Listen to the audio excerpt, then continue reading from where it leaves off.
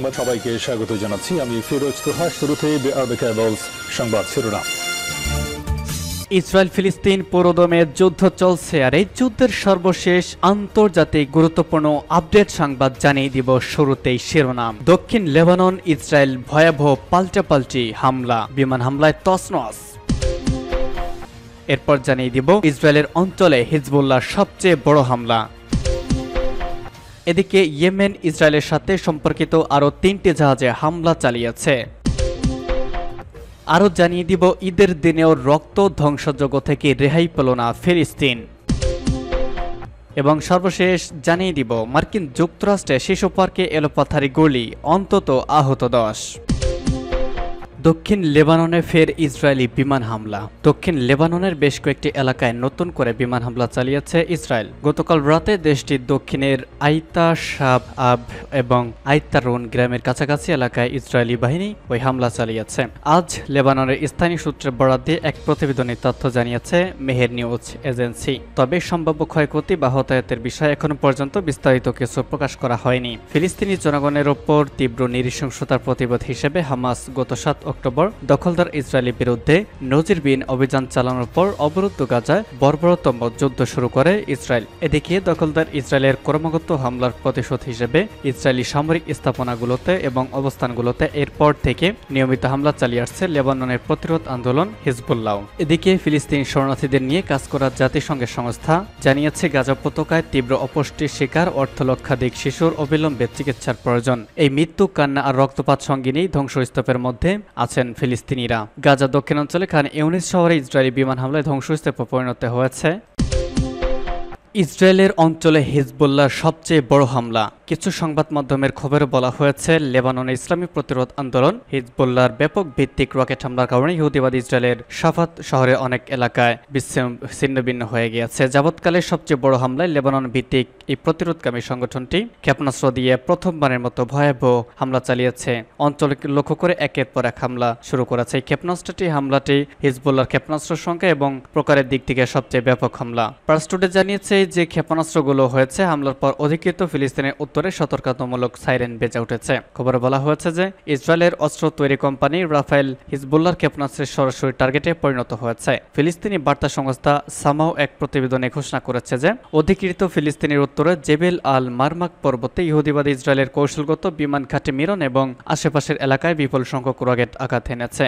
Israeli কর্তৃপক্ষ হতাহতের পরিমাণ সম্পর্কে এখনো কোনো মন্তব্য করেনি। গত কয়েক মাস ধরে গাজা উপত্যকায় ইহুদিবাদী ইসরায়েলি সরকারের ভয়ঙ্কর অপরাধ এবং এই অঞ্চলে ফিলিস্তিনিদের গণহত্যার পর লেবাননের হিজবুল্লাহ অধিকৃত অঞ্চলের উত্তরে এই অবৈধ সরকারের সামরিক অবস্থানগুলোকে লক্ষ্য করে হামলা জোরদার করেছে। গাজার বেসামরিক প্রতিরক্ষা বাহিনী সদস্যদের বরাত দিয়ে এপি জানিয়েছে গতকাল গাজা শহরের 3টি পৃথক বাড়ি থেকে অন্তত 10 জনের মৃতদেহ উদ্ধার করা হয়েছে। একই দিন রাফা এবং গাজার শহরের শরণার্থী শিবিরেও নির্বিচারে বোমা বর্ষণ করেছে ইসরায়েলের প্রতিরক্ষা বাহিনী আইডিএফ। তাই লেবানন এবার ভয়াবহ প্রতিশোধ নিল। ইসরায়েলের অঞ্চলে হিজবুল্লাহ সবচেয়ে বড় হামলা চালালো এবার। ইয়েমেন ইসরায়েলের সাথে সম্পর্কিত আরও 3টি জাহাজে হামলা চালিয়েছে। ইয়েমেনের সশস্ত্র বাহিনী মুখপাত্র জানিয়েছেন ইসরায়েলের সেবাদানকারী আরও 3টি জাহাজে সফলতার সঙ্গে হামলা চালানো হয়েছে। পার্স টুডে রিপোর্টে বলা হয়েছে ইয়াহিয়া সারি গতকাল রাতে বলেছেন যে ইয়েমেনের সেনাবাহিনী গত 24 ঘন্টা ইসরায়েলের সাথে ভুক্ত 3টি জাহাজে লক্ষ্য করে হামলা চালিয়েছে। গাজা যুদ্ধের শুরু থেকে ইয়েমেনি সেনাবাহিনী এবং হুতি যোদ্ধারা ফিলিস্তিনি জনগণের সমর্থনে ইসরায়েলের সাথে সম্পর্কিত জাহাজে হামলা চালিয়ে আসছে। এমনকি তারা ইসরায়েলি বন্দরেও হামলা চালাচ্ছে, ফলে তেল আবিবের অর্থনীতিতে প্রবল চাপ সৃষ্টি হয়েছে। গত 7 মাস ধরে ইয়েমেনের নৌবাহিনীর অব্যাহত অভিযানের মুখে মার্কিন বাহিনী অনেকটা প্রশান্ত হয়ে পড়েছে এবং তারা মারাত্মক বিপদের মুখোমুখি রয়েছেন বলে মার্কিন সামরিক কমান্ডাররা সতর্ক করেছেন। লোহিত সাগরে অবস্থানরত মার্কিন যুদ্ধ জাহাজ কমান্ডার এপিকে বলেছেন, আমার মনে হয় না যে লোকজন বুঝতে পারছে আমরা কতটা প্রাণঘাতী যুদ্ধ করছি এবং মার্কিন জাহাজগুলো কতটা ঝুঁকির মুখে রয়েছে। তিনি বলেন, আমরা দেখছি শুধু পরিস্থিতি খারাপ হচ্ছে এবং হুতি তাদের এই হামলা অব্যাহত রাখবে। মার্কিন সাবমেরিন বাহিনীর সাবেক সদস্য এবং হাডসন ইনস্টিটিউটের সিনিয়র ফলো ব্রান বলেছেন, দ্বিতীয় বিশ্বযুদ্ধের পরে মার্কিন নৌবাহিনী এই প্রথম এত কঠিন যুদ্ধের মুখে পড়েছে। তিনি বলেন, ইয়েমেনে হুতি যোদ্ধারা যে হামলা চালাচ্ছে তা সবসময় মার্কিন বাহিনী মোকাবেলা করতে পারছে না এবং এভাবে হামলা অব্যাহত থাকলে কিছুদিন পর হুতিরা আরও বেশি দক্ষ ও অভিজ্ঞ বাহিনী হিসেবে গড়ে উঠবে। গত 7 অক্টোবর ইহুদিবাদী ইসরায়েল গাজা আগ্রাসন শুরু করার পর থেকে আনসারুল্লাহ আন্দোলন সমর্থিত সামরিক বাহিনী লোহিত সাগর এবং আশেপাশের এলাকায় ইসরায়েল ও তাদের মিত্রদের জাহাজে হামলা চালিয়ে আসছে। ইসরায়েলি স্বার্থ রক্ষার প্রত্যাহার করার জন্য আমেরিকা ও ব্রিটিশ বাহিনী ইরানের সামরিক বাহিনীর উপর হামলা শুরু করেছে। পাল্টা জবাবে হুতিরা লোহিত সাগরে শক্ত প্রতিরোধ গড়ে তুলেছে। তাই ইয়েমেন ইসরায়েলের সাথে সম্পর্কিত আরও 3টি জাহাজে ভয়াবহ হামলা চালালো। ঈদের দিনও রক্ত ধ্বংসযজ্ঞ থেকে রেহাই পেল না ফিলিস্তিন। মধ্যপ্রাচ্যের বিভিন্ন দেশে রবিবার উদযাপিত হয়েছে মুসলমানদের দ্বিতীয় বৃহত্তম উৎসব ঈদুল আজহা। ইসরায়েলি বাহিনীর পৈশাচিক আগ্রাসনে বিপর্যস্ত ফিলিস্তিনেও ঈদ হয়েছে। তবে এই ঈদের দিনেও আনন্দ নয়, বরং রক্ত আর ধ্বংসযজ্ঞের মুখোমুখি হতে হয়েছে। ঈদের দিনেও ফিলিস্তিনের প্রধান শহর গাজা এবং রাফা শহরের পশ্চিমাঞ্চলে ভয়াবহ হামলা চালিয়েছে ইসরায়েলি বাহিনী। সৌদি আরবের সীমান্তবর্তী তাল এস সুলতান এলাকাতেও হামলা হয়েছে। তাল সুলতান শহরে হামলায় শত শত পরিবার আটকা পড়েছে।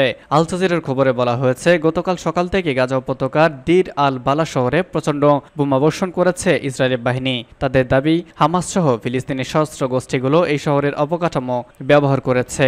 তবে এরা বাইরে হামলা সম্পর্কে ইসরায়েলি বাহিনী আর বিস্তারিত কোনো তথ্য দেয়নি। হামলায় এসব স্থানে বাড়িঘর থেকে অসংখ্য স্থাপনা ধ্বংস হয়ে গেছে। গাজার বেসামরিক প্রতিরক্ষা বাহিনী সদস্যদের বরাত দিয়ে এএফপি জানিয়েছে, গতকাল গাজা শহরের 3টি পৃথক বাড়ি থেকে অন্তত 10 জনের মৃতদেহ উদ্ধার করা হয়েছে। এই মৃত্যু, কান্না আর রক্তপাত সঙ্গিনী ধ্বংসস্তূপের মধ্যে সকালে নামাজ আদায় করেছেন ফিলিস্তিনিরা। গাজা দক্ষিণাঞ্চলে খান ইউনিস শহরে ইসরায়েলি বিমান হামলায় ধ্বংসস্তূপে পরিণত হয়েছে। আল রহমা মসজিদে এদিন ঈদের নামাজ অনুষ্ঠিত হয়েছে। সেখানে নারী ও শিশুরা উপস্থিত ছিল। এদিকে ফিলিস্তিনি শরণার্থীদের নিয়ে কাজ করা জাতিসংঘের সংস্থা UNRWA জানিয়েছে, গাজা উপত্যকায় তীব্র অপুষ্টির শিকার লক্ষাধিক শিশুর অবিলম্বে চিকিৎসা প্রয়োজন। এরই মধ্যে UNRWA দুস্থ পরিবারগুলোকে সাহায্যের পৌঁছাতে চেষ্টা করেছে, কিন্তু পরিস্থিতি সত্যি বিপর্যয়কর। একটি বিবৃতিতে শনিবার UNRWA জানিয়েছে, মানবিক সাহায্য প্রবেশে ইসরায়েলের ক্রমাগত বিধিনিষেধের ফলে গাজার মানুষ এখন প্রচণ্ড ক্ষুধার মুখোমুখি হচ্ছে।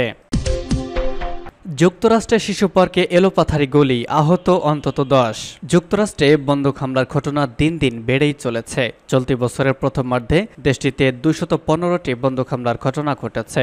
সবশেষ স্থানীয় সময় গতকাল বিকালে মিশিগানের বৃহত্তম শহরে ডেট্রয়েটে শিশুদের একটি ওয়াটার পার্কে বন্দুক হামলার ঘটনা ঘটেছে। এতে শিশুসহ অন্তত আহত হয়েছেন 10 জন। ওকল্যান্ড কাউন্টির শেরিফা মাইকেল বাউচার্ড এক সংবাদ সম্মেলনে বলেছেন, মিশিগানের রচেস্টার হিলসের ব্রুকল্যান্ড প্লাজা স্প্ল্যাশ প্যাড পার্কের সামনে বিকাল 5টায় একজন ব্যক্তি একটি গাড়ি থেকে নামেন। এরপর থেকে একে একে 28টা গুলি চালান তিনি। গুলিবিদ্ধদের মধ্যে 2 জন শিশু এবং তাদের মাও রয়েছেন। এই পুলিশ কর্মকর্তা জানিয়েছেন যে ওই ব্যক্তি বেশ কয়েকবার বন্দুক লোড করে।